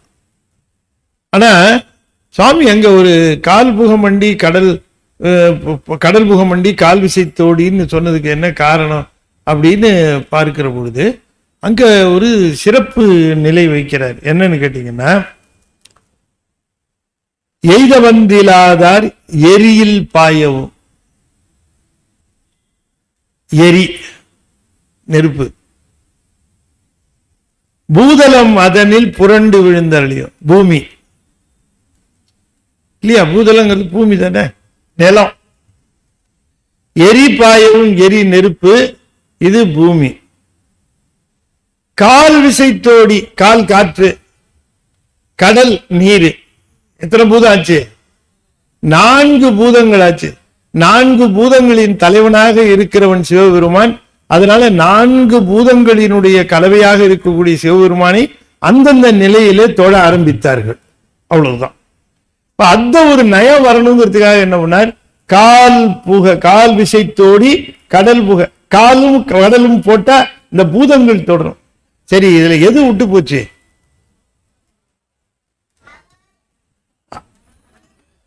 ஆகாயம் விட்டு போச்சா? அதனால சொன்னார் பதஞ்சலிக்கு அருளிய பரம நாடக என்று சொல்லி ஆகாசத்தையும் சேர்த்துட்டார். இந்த பஞ்சபூதத்தையும் வைத்தார் பாருங்க ஒரு அழகா. அதுல இந்த கீர்த்தி திருவகவல்ல பெருமான் பஞ்சபூதத்துக்கும் தலைவனாக இருக்கிறான். இனிமே நான் இங்க இருக்கிற மாதிரி இல்லைன்னு சொல்லிட்டு வீட்டுக்குள்ளேயே தான் போயிருப்பான். எங்க இருக்கிறது? எல்லாரும் பெருமானை விட்டுட்டு போறேன், பெருமான் எங்களை விட்டுட்டு போயிட்டாரு, இனிமே எங்களுக்கு ஒண்ணும் இல்லைன்னு சொன்னாலும் பெருமான் இருக்கிற இடத்துக்குத்தான் போய் சேர்ந்தார்களே தவிர அவன் இல்லாத இடம்னு ஒண்ணும் கிடையாது. நான் எங்கு போகுது? அதனாலதான் ரத்ன சபாபதினு ஒருத்தர் இருந்தார் நம்முடைய மலேசியாவில். அவரு எழுதும்போது சொன்னார், சிவபெருமான் ஆகாத வேலை ஒன்று உண்டு, எல்லாம் முடியும்னு சிவபெருமான் சொல்றாங்க, ஆனால் சிவபெருமானால் முடியாத காரியமும் ஒன்று உண்டு. என்ன அப்படின்னு, அது நாடு கடத்துறதுங்கிற ஒன்றை மட்டும் சிவபெருமானால செய்ய முடியாது. ஏன்னா எல்லா நாடும் அவனுடைய நாடு. இவனை எங்க கடத்தினாலும் அவருடைய நாட்டில தான் கடத்தியாகும். ஒரு அரசன் நாடு கடத்தினா இப்பயும் கூட கடத்துறாங்க. நீ இந்தியாவுக்குள்ள வராதுன்னு சொல்லி கடத்தி வைக்கிறாங்க. கிரீஸ்குள்ள வராதுன்னு அவன் கடத்துறான். அமெரிக்காக்குள்ள வராது, நீ எங்கேயோ வெளியில எக்கடோ கட்டுப்போ அப்படின்னு அனுப்பி வைக்கிறான். அந்த மாதிரி நாடு கடத்துறது உண்டு இந்த காலத்துல. சிவபெருமானால அப்படி செய்ய முடியாது. எந்த நாட்டில இருந்து எந்த நாடு கடத்தினாலும் எல்லா நாடும் அவர் நாடு இல்லையா? அதனால அதை இங்கே சொல்லுகிற பொழுது சொல்லுகிறார், பதஞ்சலிக்கு அருளிய பரம நாடக என்று 5 பூதங்கள், அந்த 50 பூதங்களாக இருக்கக்கூடிய 5 பூதங்களில் அவர் தலைவராக விளங்குவதனால அந்த 5 பூதங்கள் சம்பந்தப்பட்ட புவனங்களை விட்டு எங்கேயும் போக முடியாது பெருமான். ஆகையினாலே இந்த இவற்றினுடைய அடிப்படை உண்மையை நாம் கொஞ்சம் அந்த பொருளை இப்படி தெரிந்து கொள்ள வேண்டும். இந்த பொருள் இப்படி சொன்னாதான் இதுக்கு கொஞ்சம் சரியா வரும். இல்லைன்னா பொருத்தம் இல்லாமல் கால்னால வேகமா ஓடி கடலில் புகுந்தாருன்னு உரை எழுதுனா காலால ஓடாம எதால ஓட முடியும்? கடல்ல போய் புகுந்தாருன்னு எழுதுனா எந்த கடல்ல புகுந்தாரு, இவர் எப்படி பார்த்தாரு? இங்கே இருந்து பார்த்ததைத்தான் அவர் எழுதிட்டு இருக்காரு. கடல்ல போய் மண்டினான்னா திருப்பெருந்துறையில் எங்க கடல் இருக்கு, அது எங்கேயோ இருக்கு, சேட்ரஸாத்து பேரு, அது எங்கேயோ இருக்கு. அங்க வரைக்கும் இவரு போவார, அங்கே தானே இருக்கிறார். அதனால அது பொருள் சரியா வரல. அப்ப இதற்கு பொருள் என்ன என்று நாம் பார்த்து அதை தெளிவாக கொள்ள வேண்டும். எய்தவந்திலாதார் எரியில் பாயவும் மாலது வாகி மயக்கம் எய்தியும் பூதலம் அதனில் புரண்டு விழுந்தலறியும் கால் விசைத்தோடி கடல் புகமண்டி. சுவாமி எல்லாத்தையும் பார்த்துட்டு இருக்கார். நாத என்றழுதரற்றி பாதம் எய்தினர் பாதம் எய்தவும். சரி, இவங்க எல்லாரும் ஆளுக்கால எதையோ நாதன் அரற்றினார்கள், அப்புறம் பெருமானே என்று அரற்றினார்கள், விழுந்து அலறினார்கள், மயக்கம் எய்தினார்கள். சிலர் மட்டும் பாதம் பதஞ்சலி கருளிய பரம நாடகன்னு சொன்னாரு அப்படின்னு பார்த்தா, சிலருக்கு மட்டும் என்னன்னா, இங்க நின்றுட்டு இருக்கிறவரை தில்லைக்கு வான்னு சொன்னாரு. நம்மளும் அந்த மாதிரி ஒரு வார்த்தை தில்லைக்கு வான்னு சொல்லி இருக்கலாமே. இவரை மட்டும் தில்லைக்கு வான்னு சொன்னவர் நமக்கு அந்த பரம நாடகன் நம்மை தில்லைக்கு வான்னு ஒன்னும் சொல்லு. இப்ப இவங்க செய்த முடிவுகள்ல ஏதாவது ஒண்ணு கூட மணிவாசகர் செய்திருக்க வாய்ப்பு இருக்கு. ஆனால் அவர் எதுவும் இந்த மாதிரி செய்திடக்கூடாதுன்னு தான் அவருக்கு மட்டும் இன்ஸ்ட்ரக்ஷன் கொடுத்துட்டு போனார், தில்லைக்கு வருக அப்படின்னு சொல்லிட்டார். தில்லைக்கு வருகன்னு சொன்னதுனால தான் பெருமானுடைய கட்டளை அங்கே இருந்ததுனால வேறு எதையும் சிந்திக்கல. யாரு? மணிவாசக பெருமான். மித்தவங்கள்லாம் ஒன்னும் சொல்லல. அவர் பதஞ்சலிக்கு அருளிய பரம நாடகம், பதஞ்சலிக்கு அருள் செய்த பரம நாடகனே இங்க இருக்கிற இவரை நீ தில்லைக்கு வான்னு சொன்ன, எம்மையும் ஒரு வார்த்தை சொல்லி இருக்கலாம்ல. தில்லைக்கு வான்னு சொல்லாட்டி கூட பரவாயில்ல, திருவண்ணாமலைக்கு வானாவது சொல்லியிருக்கலாம். எங்கேயுமே ஒன்னும் சொல்லாம நீர் போய்விட்டீரே என்று ஏங்கினர் ஏங்கவும். எழில் பெரும் இமயத்து உடை அம்பன் பொலிதரு புலியூர் பொதுவினில் நடம் நவில் கனிதரு செவ்வாயு உமையோடு காளிக்கு அருளிய திருமுகத்தழகுரு சிறுநகை இறைவன் ஈண்டிய அடியவரோடும் பொலிதரு புலியூர் புக்கினி தருளினன் ஒலிதரு கைலை உயர்கிழவோனே. இப்ப நல்ல தெளிவாகவே சொல்லுகிறார். ஈண்டிய அடியவர் யாரெல்லாம் ஒன்றை உடன் கலந்து அருளினார்களோ அவர்களை எல்லாம் தன்னுடைய அடியவர் திருக்கூட்டத்தில் சேர்த்துட்டார். அவர்கள் எல்லாம் அபரமுத்தர்கள். அது பெருகி கொண்டே போகும். அந்த அடியவர் திருக்கூட்டம் அது பெருகி கொண்டே போகும். அத்தனை பேரையும் கூட்டிட்டு எங்க போனார்? அவரு எங்க போனார்? எங்க போனார்? சிவபெருமான் அத்தனை பேரையும் கூட்டிட்டு எங்க போனார்? சத்தமா சொல்லுங்க. தில்லைக்கு தானே போனாரு, சிதம்பரத்துக்கு தானே போனாரு.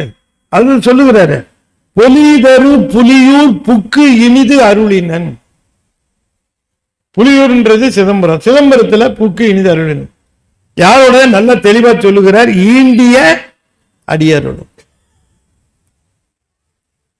அப்ப பெருமான் யாரோட போயிருக்கிறார்? அடியாரோட போயிருக்கிறார். அப்ப தில்லையில அவர் யாரோட இருக்கிறார்? அடியாரோடு இருக்கிறார். உடையாள் உந்தன் நடுவு இருக்கும், உடையாள் நடுவுள் அடியே நடுவுள் இருவீரும் இருப்பதானால் அடியே உன் அடியார் நடுவுள் இருக்கும் அருளை புரியாய் பொன்னம்பலத்து எம் அரசே. எந்த அடியாரை சொல்றது தெரியுதா? அந்த அடியார்களை நீ அழைத்து போய் வைத்துக் கொண்டாயே, அந்த அடியார்ல ஒரு அடியாரா என்னையும் கூட்டிட்டு போயிருக்க வேண்டியது தானே. அந்த அடியாராக என்னை ஏற்றுக்கொள் அப்படின்னு அந்த அடியாரை சொல்லுகிற. பொன்னம்பலத்தியம் அடியார் இல்லையா? பொன்னம்பலத்தில் இருக்க பெருமானே, நீ அடியார்களை அழைத்து கொண்டு போனாய், அந்த அடியாரில் ஒருவனாக என்னையும் அழைத்து கொண்டு போய். அந்த அபரமுத்தியை ரொம்ப விரும்புவார்கள். பரமுத்தியை காட்டிலும் அபரமுத்தி கேட்டு பெறுகிறவர்கள். அது சாமியும் அபரமுத்தி தான் கேட்கிறார். பரமுத்தி அப்புறம் பார்த்துக்கலாம், உன் கூட கொஞ்ச நாள் இருக்கணும், நீ போகும்போதெல்லாம் உன் கூடவே வரணும், நீ அடியாருக்கு அருள் செய்கிற திறத்துக்கு உன் கூடவே இருக்கணும், நாங்க என்னையும் அழைத்து கொண்டு போ அப்படின்னு கேட்கிறார். அப்ப அந்த மாதிரி ஒண்ணு இருக்கு அப்படிங்கிறத மணிவாசகர் குறிப்பிட்டு சொல்லுகிறார். எழில் பெரும் இமயத்து இயல்புடை அம்பொன் பொலிதரு புலியூர் பொதுவினில். எழில் பெரும் இமயம், இமயமலை இருக்கிறதே, அது எழில் பெரும் இமயம். உலகத்து சிகரங்களிலேயே இமயமலை மிக உயரமாக இருக்கும். அதனால அது சூரியனுடைய கிரணங்கள் படுகிற பொழுது அது பொன் போன்று இருக்கும், பொன் போன்று இருக்கும். அந்த நினைப்புல தான் சிதம்பரத்துக்கும் தில்லை கனக சபைக்கும் பொன் வைந்தான் அந்த அரசன். அதைத்தான் சொல்லுகிறார், அம்பொன் அது பொன் வைந்தது போல அந்த மலை இருக்கும். பொன்னார் மேனியனே புலி தோலை அறை கசைத்து. இந்த பொன்னார் மேனியன் என்பது அங்கே அந்த மலையை பார்த்தா பொன்னை தகடு, பொன் தகடு வேய்ந்தது போல அந்த இமய மலையானது இருக்கும். யார் பார்த்துருக்காங்க? யாரா பார்த்துருக்கீங்களா? அட ஒருத்தர் ஏஞ்சி நின்று தான் தரிசனம் கொடுக்கல எல்லாத்துக்கும். சரி சரி சரி சரி, கைலாயம் போயிட்டு வந்தீங்களாம்மா? சரிம்மா, ரொம்ப சந்தோஷம், ரொம்ப சந்தோஷம். அப்ப இதை சொல்லும் போது அவங்க ரொம்ப அனுபவிப்பாங்க இல்லையா? கண்ணு முன்னால அந்த காட்சி அது. ஆமா, அது பார்த்திருக்கும் போது இங்க சொல்லுகிறார், எழில் வரு இமயத்து இயல்புடை அம்பொன். அந்த இமயமலை போல விளங்குகிறதாம் இந்த கைலாய மலை போல விளங்குகிறதாம் சிதம்பரம், இந்த கனக சபை. ஏன்னா அந்த இமயமலைக்கு மேலேயும் பொன் தகடு வேய்ந்தது போல இருக்கு, இங்கேயும் பொன் தகடு வேய்ந்தது போல இருக்கிறது. ஆகையினாலே எழில் பெரும் இமயத்து இயல்புடை அம்பொன் பொலிதரு புலியூர் பொதுவினில். புலியூர் புலிக்கால் முனிவர் வழிபட்ட திருத்தலம் புலியூர். புலியூர் அது சிதம்பரத்தை தான் குறிக்கும். புலியூர் பொதுவினில், பொது அப்படி ஒரு கோயில். நம்ம இப்ப பொதுன்னு ஒரு கோயில் சொன்னா அது சிதம்பரம் கோயில அது குறிக்கும். இந்த பொதுங்கிற சொல்லு எவ்வளவு பாருங்க, எல்லாருக்கும் பொது. பணக்காரன், ஏழை, படித்தவன், படிக்காதவன், உயர்ந்தவன், தாழ்ந்தவன், நல்லவன், கெட்டவன், எல்லா மதத்தினர் எல்லாருக்கும் பொது, எல்லா சமயத்தாருக்கும் பொது அவன். அப்படிப்பட்ட பொது என்று சொல்லக்கூடிய இந்த சொல்லு, பொது என்று சொல்லக்கூடிய சொல்லு ஒரு திருக்கோயிலையும் ஒரு இறைவனையும் குறிப்பது சைவ சமயத்துல மட்டும்தான் உண்டே தவிர வேற எதுலையும் கிடையாது. அந்தந்த கடவுளுக்கு யூனிக்கா பேர் இருக்கும், அந்தந்த சமயத்துக்கும் யூனிக்கா பேர் இருக்கும். அதை தான் சொல்லி அவங்க மகிழ்வார்கள். சாமிக்கு பொதுன்னு சொல்லி மகிழ்வார்களா? அவங்க எங்க சாமி பேர் இது, எங்க கோயில் பேர் இது என்று சொல்லி பெயரை சொல்லி மகிழ்வார்களே தவிர, இந்த பொது என்று சொல்லி மகிழ்கிறவர்கள் சைவர்கள் மட்டும்தான். பொது என்று சொல்லி சிவத்தை சொல்லி மகிழ்கின்றவர்கள். அதை இங்கேயும் குறிப்பிடுகின்றார். பொதுவினில் எழில் வரும் இமயத்து இயல்புடை அம்பொன் பொலிதரு புலியூர் பொதுவினில். சரி, இது இந்த பொருள் ரொம்ப சிறப்பா இருக்கு. இருந்தாலும் கைலாயத்தினுடைய இயல்பு இங்கே கனக சபைக்கு இருக்குன்னு சொல்றாரு. அது வெறும் இந்த பொன் வேய்ந்த நிலையில, பொன்னார்மேனியனா அம்பொன் என்று சொல்லக்கூடிய அழகிய நிலையில விளங்குவதை மட்டும்தான் அந்த இயல்புன்னு சொல்லுகிறாரா? இயல்புடைன்னு சொல்லிட்டு அம்பொன் என்று சொல்லுகிறார். வேற ஏதாவது இந்த ரெண்டும், கைலாய மலையும் திருக்கைலாய மலையும் கனக சபையும் ரெண்டும் ஒத்து போனா அது ரெண்டும் ஒரே இயல்புன்னு சொல்லலாம்.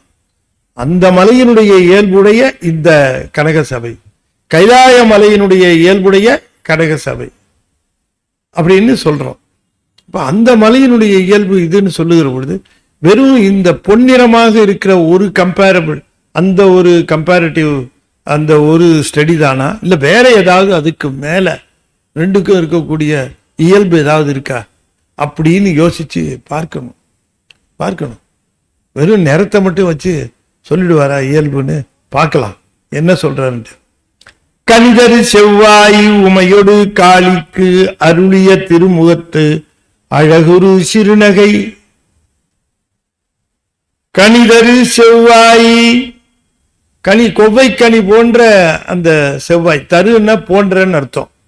கனிதருன்னா கனி போன்ற, கொவ்வை கனி போன்ற செவ்வாய் உடைய உமையோடு காளிக்கு, உமைக்கும் அருளினார் காளிக்கும் அருளினார். உமைக்கு அருளியது ஒரு திறம், காளிக்கு அருளியது ஒரு திறம். உமைக்கு அருளியது ஒரு திறம், உமைக்கு அருளி பக்கத்திலே வச்சுக்கிட்டார், காளிக்கு அருளி தள்ளி வச்சிருக்காரு. தில்லை காளி போய் பார்த்திருக்கீங்கல்ல? தில்லை காளி போயிருக்கீங்களா? போயிருக்கீங்களா? தள்ளி இருப்பா அம்பா. இது ஊர் எல்லையில இருப்பதாக அதை சொல்லுவார்கள், தில்லை காளி. நீங்க போனீங்களையா? அது முகத்தையே பார்க்க முடியல. குங்குமத்தை போட்டு கம்ப்ளீட்டா கவர் பண்ணி ஒண்ணுமே தெரியல. இல்ல அப்படித்தானே இருந்தது? இல்லை எனக்கு மட்டும்தான் அப்படி இருந்ததோன்னு அப்புறம் தான் விசாரிச்சு அது அவளுக்கும் சாமி நகை, சிறுநகை கொடுத்தார். அதுதான், அது பார்த்தீங்களா எவ்வளவு கோரமா இருந்தது? அதுதான் திரோபவம். இந்த உமைதான் திருவருள்.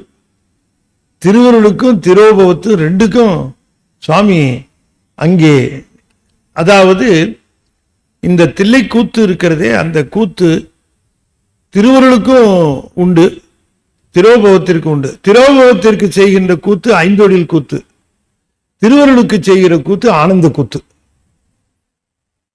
அங்க ரெண்டு கூத்து உண்டு. அந்த ரெண்டு கூத்தையும் அங்க காட்டுகிறார். அந்த ரெண்டு கூத்தும் இப்ப ஐந்தொழில் கூத்து அபக்குவம் இருக்கு, ஆனந்த கூத்து பக்குவம் இருக்கு. ஐந்தொழில் கூத்து செய்கிறது தான் முதல்ல செய்கிறார், ஆனந்த கூத்து தான் இப்ப செய்கிறார். அதனால ஐந்தொழில் கூத்து செய்யறதுதான் முதல்ல. தில்லை முதுர் ஆடிய திருவடி பல்லுயிர் எல்லாம் பயின்றனாகி எண்ணில் எழில் வர குணம் விளங்கின்னு சொல்லுகிறாரு. அது தொடங்குகிற பொழுது ஐந்தொழில் கூத்தை அங்க ஆரம்பித்து முடிக்கிற பொழுது ஆனந்த கூத்துல முடிக்கிறார். அத அங்க ஐந்தொழில் கூத்து எல்லாருக்கும் பொதுவா இருக்கிறவர், இங்க ஆனந்த கூத்து செய்கிறார். இந்த ஆனந்த கூத்து செய்கின்ற சமயத்துல கனிதரி செவ்வாய் உமையோடு சேர்ந்து அந்த திருவருள் நிலையில ஆனந்த கூத்தை வழங்குகிறார். அருளிய திருமுகத்து அழகுரு சிறுநகை. அப்படி ஒரு சிறிய அற்புதமான நகையோடு இருக்கக்கூடிய அந்த சிவபெருமான் என்ன செய்தார்? ஈண்டிய அடியவரோடும் பொலிதரு புலியூர் புக்கு இனிது அருளினன் அப்படின்னு சொல்லிட்டார். அதனால இவருக்கு டெஸ்டினேஷன் தெரிஞ்சு போச்சு.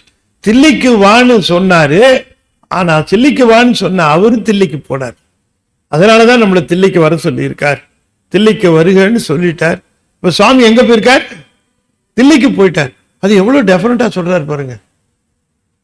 புலியூர் புக்கு இனிது அருளினன் அவன் ஒலிதரு கைலை உயர்கிழவோனே. உயர்கிழவோனே, ஒலிதரு கைலை உயர்கிழவோனே, உயர்ந்த தலைவனாக விளங்குகிறவன்.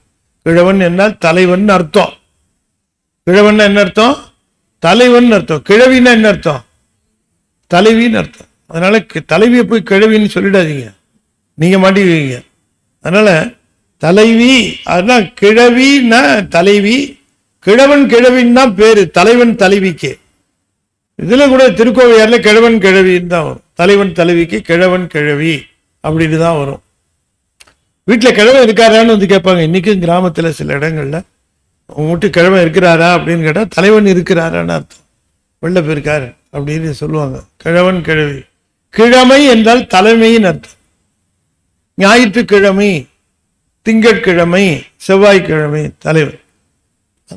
அதுதான் இங்கே சொல்லுகிறார். ஒலிதரு கைலை உயர்கிழவோனே. உயர்கிழவோனே, உயர்ந்த தலைவனாக விளங்குகிற பெருமானே. கைலையிலே உயர்ந்த தலைவனாக விளங்குகிற பெருமானே. ஒலிதரு கைலையிலே உயர்ந்த தலைவனாக விளங்குகிற பெருமானே. பொலிதரு புலியூர் புக்கு இனிது அருளினன் அவனே. பொலிவு மிக்க திருக்கைலாயத்தில் இருந்து அவனே பொலிவு மிக்க கனக சபையிலே புகுந்து இனிது அருளினன். அங்கே புகுந்தான். எப்படி? ஈண்டிய அடியவரோடு. இந்த ஈண்டிய அடியர்லாம் யாரு என்று கேட்டால், இங்க திருப்பெருந்துறையிலிருந்து கூட்டு போனார் ஒரு பேட்ச். அந்த பேட்சை அப்படியே கூட்டிட்டு அங்க போயிட்டார். அந்த பேட்சோட அங்கே இருக்கிறார், புகுந்தார். இங்க என்ன வர சொல்லிட்டார். கூட்டிட்டு போயிருக்கலாம், ஆனா அவர் தனியா டிக்கெட் வாங்கிட்டு வந்துருன்ட்டாரு, தன்னோட கூட்டிட்டு போகல அப்படின்னார். என்ன காரணம் அப்படிங்கிறத நுட்பமா வச்சிருக்கார். இங்க சொல்றார், பொலிதரு புலியூர் புக்கினிது அருளினன் ஒலிதரு கைலை உயர்கிழவோனே. அந்த கைலாயம் ஒலிதரு கைலை. ஒலி என்று சொன்னால் நாதம், நாதம்னு அர்த்தம் அதுக்கு. பொலிதரு புலியூர், பொலி என்று சொன்னால் ஒளின்னு அர்த்தம். பொலிதல், பொலிந்து விளங்குதல், ஒளிமிக்கு விளங்குதல், அது விந்துன்னு அர்த்தம். அப்ப நாத தலைவனாக விளங்குகிறான் சிவபெருமான் அங்கே கைலையில. இங்கே அவன் ஒளியின் தலைவனாக இங்கே விளங்குகிறான். அதுக்கு என்ன பொருள் அப்படின்னு கேட்டா, இப்பதான் நம்ம அந்த மேல பார்த்தோம்ல, அங்க அந்த இயல்பு இப்பதான் புரியுது என்னன்னு பார்க்கிற பொழுது. ஒலிதரு கைலை உயர்கிழவோனேன்னா முதலாக வேத ஆகமங்களை சிவபெருமான் சொன்னான்னு கீர்த்தி திரகல்ல மண்ணு மாமகேந்திரத்து. அதுக்கு சொல்றதுக்கு முன்னாடி பெருமான் அவற்றை 4 திருமுகங்களால் வேதமும் 5வது முகத்தால் ஈசான முகத்தால் ஆகமங்களும் சொன்னார். அத்தனையும் ஒலி வடிவிலே இருக்கக்கூடிய எழுதாமறை, அதை அங்கே தந்தார். எழுதுமறையாக திருவாசகத்தை தருவதற்கு தில்லைக்கு வந்தார். அதுதான் இப்ப தில்லை இருப்பது இயல்பு. புரியுதா? அங்க மறை தருவதில் 2க்கும் இயல்பு ஒண்ணு. அது எழுதாமறை தந்தது, இது எழுதுமறை திருவாசகம் தந்தது இந்த தில்லை. அதனாலதான் அது சொன்னார், இந்த இயல்புடை அம்பொன் எழில் பெறும் இமயத்து இயல்புடை அம்மன். அம்பொன் என்று சொன்னால் சிவபெருமான் அந்த மலையை பயன்படுத்தி வேதாகமங்களை தந்தார். அது எழுதாமறை, அது ஒலி நிலை, இது ஒளி நிலை. எழுதுமறையாக இது விளங்கிற்று. அதனை திருவாசகத்தை இங்கே தந்தார்.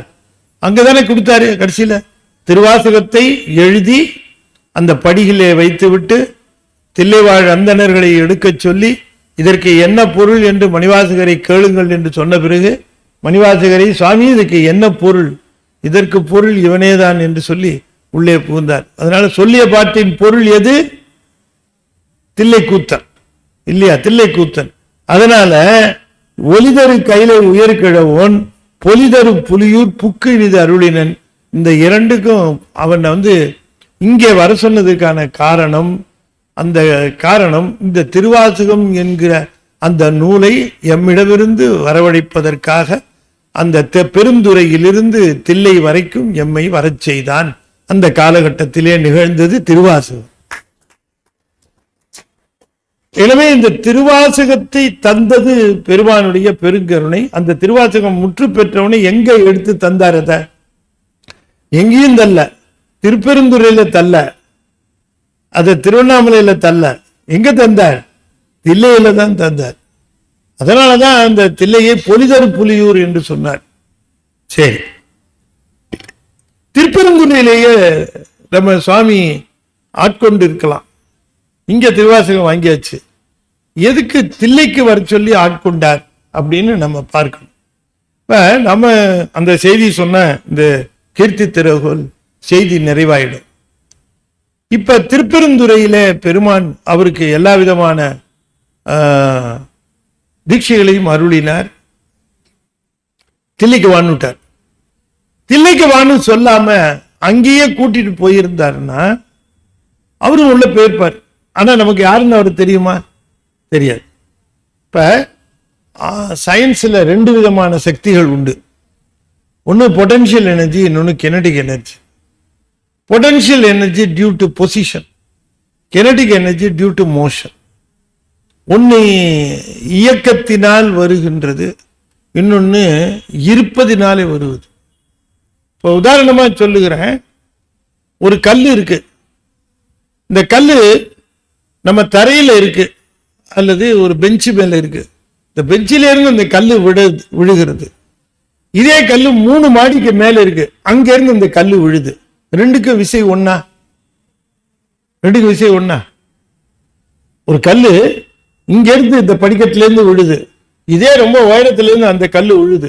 உயரத்திலிருந்து விழுகிற கல்லினால ஏற்படுகிற பாதகம் அதிகமா இருக்கும், கீழே இருந்து விழுகிற கல்லினுடைய பாதகம் கம்மியா இருக்கு. ஒரே கல்லு தானே, ஏன் இந்த கல்லினால அதிகமான ஆபத்து அப்படின்னு கேட்டா அது எனர்ஜி டியூ டு பொசிஷன். சின்ன ஆளா இருப்பான், அவன் இருக்கிற இடத்த வச்சு அவனுக்கு அவ்வளவு மதிப்பு இருக்கும். அவனை போய் விரோதம் பண்ணிக்க கூடாது. அவன் இருக்கிற இடத்துல ஆளு தானே, பியூன் தானே நினைச்சிடக்கூடாது இல்லையா? அவன் கதவு பக்கத்திலே நின்றுட்டு காட்டுவான், தள்ளு. உள்ள போறதுக்கு முன்னாடி என்னது இந்த கதவு காட்டுவான். கதவுல என்ன எழுதியிருக்கான்? தள்ளு. அதை காட்டுவான், தள்ளு. கதலையா இங்க தள்ளு, அப்புறம் அதை தள்ளு. இப்ப அந்த டியூ டு பொசிஷன், எந்த இடத்துல இருக்கிறது என்பதை பொறுத்து எனர்ஜி மாறுகிறது. அது பொட்டன்ஷியல் எனர்ஜி என்பார்கள். கினட்டிக் எனர்ஜி, அந்த கல்லு அங்கிருந்து உளுந்ததுன்னு வச்சுக்கோங்க, இப்ப அந்த பொட்டன்ஷியல் எனர்ஜி கினட்டிக் எனர்ஜியா மாறிடும். அது கீழே வேகமா இறங்குதா, அது எனர்ஜி மாறும். அப்ப தட்சிணாமூர்த்திங்கிறது பொட்டன்ஷியல் எனர்ஜி, நடராஜருங்கிறது கினட்டிக் எனர்ஜி. எப்படி வச்சிருக்காங்க பாருங்க நம்ம ஆளு எப்படி வச்சிருக்காங்க, சிவத்தை எப்படி வச்சிருக்காங்கன்னா பொட்டன்ஷியல் எனர்ஜி உட்கார்ந்த இடத்துல இருப்பார், அது பொசிஷன் இருக்கக்கூடிய எனர்ஜி. அவரே இயங்குகிறார், நடனம் ஆடுகிறார், அது கினட்டிக் எனர்ஜி. உலகத்தை முழுக்க இயக்குகிறார். ரெண்டும் எப்பவுமே ஈக்குவலா இருக்கும். ரெண்டினுடைய அடிஷன் பெரிய ரூல் இருக்கு. PE + KE = 1 அப்படின்னு ஒரு ஃபார்முலா இருக்கு. அப்படி இருக்குங்களா ஐயா? ராமோகனை கேட்டு. பொட்டன்ஷியல் எனர்ஜி கினட்டிக் எனர்ஜி ரெண்டும் ஈக்குவலா இருக்கும். பொட்டன்ஷியல் எனர்ஜி மாறிக்கிட்டே வந்தா கினட்டிக் எனர்ஜி கூடிக்கிட்டே வரும். அது குறையும், இது கூடும், ரெண்டும் சமமா வந்துடும் கடைசியில். ஆகையனால இப்படி சொல்லுகிற பொழுது கினட்டிக் எனர்ஜி முழுக்க ஸ்பெண்ட் ஆயிடுச்சு. இப்போ பொட்டன்ஷியல் எனர்ஜி 0, கினட்டிக் எனர்ஜி 0. ஏன்னா இது ஸ்பெண்ட் ஆயிடுச்சு. 0னா ரெண்டும் ஈக்குவலா தான் இருக்கும். அந்த மாதிரி அதை சொல்லுவார்கள். சரி, அது ரொம்ப சயின்ஸ். இப்ப நமக்கு என்ன தெரியணும் செய்தி என்று கேட்டால், Dakshinamurthy potential energy, Thiruperunthurai potential energy அங்க கொடுத்தாரு. அங்க வர சொன்னது எங்க? தில்லைக்கு கினட்டிக் எனர்ஜி அங்க இயங்கி கொண்டிருக்கு. இப்ப மணிவாசகர் பொட்டன்ஷியல் எனர்ஜியா இருக்கக்கூடிய மணிவாசகர் தட்சிணாமூர்த்தியிடம் அங்கேயே கலந்திருந்தா அவர் யாருன்னு தெரிஞ்சிருக்காது. ஆனால் இங்க நடராஜ பெருமான் தன்னோடு கலந்ததுனால உலகம் இயங்குகிற அளவும், இந்த சூரிய சந்திரர்கள் இயங்குகிற அளவும் திருவாசகமும் இயங்கும், மணிவாசகரும் இயங்குவார். இயக்கத்திலே நிறுத்த வேண்டும் என்று கருதினார். யார? பெருமானை, மணிவாசக பெருமானை இயக்கத்திலே நிறுத்த வேண்டும் என்று கருதினார். எல்லாரையும் போல இப்பவும் பேசுகிறோம் மணிவாசகரை பற்றி, இப்பவும் திருவாசகம் பேசுகிறோம். அதற்கு காரணம் இயக்கமாக இருக்கக்கூடியதையே பொருள் என்று சார்ந்தார். அதனால சொல்லுகிறார், பொலிதரு புலியூர் புக்கினி தருளினன் ஒலிதரு கைலை உயர் கிழவோனே என்று என்னை அங்கே வர சொன்னதனுடைய நிலை இப்பொழுதுதான் அறிகிறோம் இங்கு வந்த உடனே என்று சொல்லுகிறார் என்று சொல்லி இந்த அளவிலே நாம் நம்முடைய கீர்த்தி திரு அகவலை நிறைவு செய்கிறோம். அடுத்த வகுப்புல நாம திரு அண்ட பகுதியை தொடர இருக்கின்றோம். அது வகுப்பினுடைய அறிவிப்பு உங்களுக்கு வரும். யாராவது எண்ணு கொடுக்காம போயிருந்தா அங்க எண்ணை கொடுத்தீர்கள் என்றால் உங்களுக்கு மெசேஜ் வரும் என்று சொல்லி, அடியேன் இந்த திருவாசகத்திற்கு முழுக்க குறிப்புரை எழுதியிருக்கிறேன். நுட்ப உரை தான் எழுதியிருக்கிறேன், பொழிப்புரை எழுதலை. இந்த புத்தகம் அங்கே இருக்கிறது, வேணுங்கிற நண்பர்கள் பெற்றுக்கொள்ளலாம். அடியேன் பேசிய யூஎஸ்பியும் அங்கே இருக்கிறது, அவற்றையும் நீங்கள் பெற்றுக்கொள்ளலாம் என்று சொல்லி இந்த அளவில் இதனை நிறைவு செய்து, ஞானத்திரள் பத்திரிகையில அடியேன் ஆசிரியராக இருக்கிறேன். அப்ப அந்த ஞானத்திரள் பத்திரிகை நீங்க சந்தாதாரராக ஆக வேண்டும். நான் ஏற்கனவே சந்தாதாரர்னு சொன்னா மற்றவர்களை ஆற்றுப்படுத்த வேண்டும். சந்தாதாரர்களாக நீங்கள் உங்கள் நண்பர்களை அறிமுகப்படுத்த வேண்டும். ஏனென்றால் அதனுடைய வலிமையே சந்தாதாரர்கள் தான், வாசகர்கள் தான். இந்த விளம்பரம் எதுவும் இல்லை, சந்தாதாரர்கள் தான்.